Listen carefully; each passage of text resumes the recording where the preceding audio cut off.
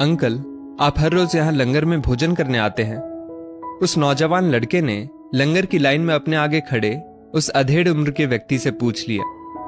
हाँ, मुझे यहाँ के लंगर का स्वाद बहुत अच्छा लगता है और आज तो मैं अपने पूरे परिवार के साथ यहाँ लंगर खाने आया हूँ। वो आदमी मुस्कुराया। अंकल, आप रहते कहाँ हैं? मैं यहीं पास में रहता हूँ, वो सड़क के उस पार। सामने जो कपड़े की दुकान दिख रही है ना, वो मेरी ही है। अच्छा, तब तो आपकी कमाई भी बहुत अच्छी खासी होगी। हाँ, मेरी कमाई तो ठीक ठाक हो जाती है। आपके घर में किसी चीज की कमी तो नहीं रही होगी कभी, है ना अंकल? नहीं नहीं, कोई कमी नहीं है। भगवान का दिया सब कुछ है मेरे पास। मेरी गाड़ी देख रहे हो, 12 लाख की है।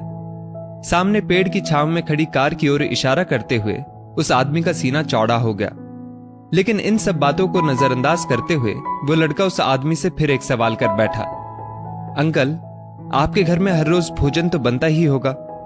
हाँ हाँ, क्यों नहीं, हर रोज कई तरह के व्यंजन बनते हैं हमारे घर पर। लेकिन अंकल, आपको पता है, यहाँ आपके पीछे लाइन में खड़े कई लोग ऐसे हैं जिनके पास रहने के लिए ना घर है, ना खाने के लिए भोजन। ये लंगर का प्रसाद ही उनके लिए भोजन होता है, लेकिन कई बार उन्हें यह भी नसीब नहीं हो पाता। वो आदमी उस लड़के की तरफ आश्चर्य से देखने लगा। तुम कहना क्या चाहते हो?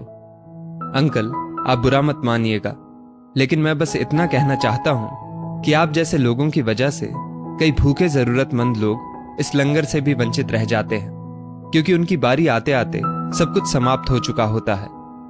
अरे भाई, हम तो यहां प्रसाद ग्रहण करने आते हैं और प्रसाद पर तो सबका हक होता है।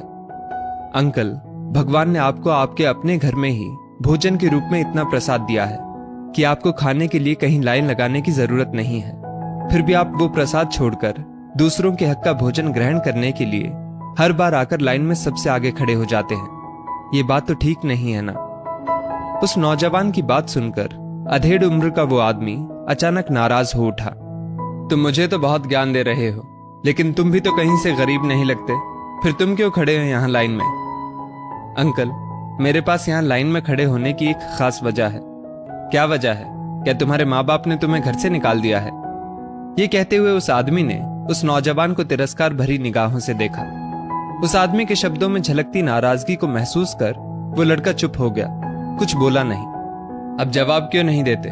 देखो बेटा, प्रवचन देना बहुत आसान होता है, लेकिन जब अपनी बात आती है तो सबकी हालत तुम्हारे जैसी ही हो जाती है। इसलिए तुम अपनी जगह पर खड़े रहो और मैं अपनी जगह पर। ये कहते हुए वो आदमी लाइन में आगे बढ़ गया। वो लड़का भी अपनी जगह से खिसक कर थोड़ा आगे आ गया। आगे खड़ा वो आदमी अपने पूरे परिवार के साथ लंगर का भोजन लेकर पेड़ की छांव में खड़ी अपनी गाड़ी की ओर बढ़ गया। इधर वो लड़का भी अपनी बारी आने पर लंगर का भोजन लेकर उसी पेड़ की ओर बढ़ा जहां उस आदमी की कार खड़ी थी। वो आदमी अपने पूरे परिवार के साथ पेड़ की छांव में बैठकर लंगर के भोजन का आनंद उठा रहा था। तभी उस आदमी की नजर दोबारा उस लड़के पर पड़ी। वो लड़का वहीं थोड़ी दूर पर जमीन पर पड़े दोनों पांवों से अपाहिज एक भिखारी को लंगर का वो प्रसाद दे रहा था, जिसने खुद काफी देर चिलचिलाती धूप में खड़े होकर अपनी बारी का इंतजार कर बड़ी मुश्किल से पाया था। उस अपाहिज भिखारी के अलावा भी ऐसे कई भूखे जरूरतमंद उस पेड़ की छांव में वहां बैठे थे, जिनकी निगाहें लंगर का भोजन पाने के लिए अपनी बारी का इंतजार कर रहे थे।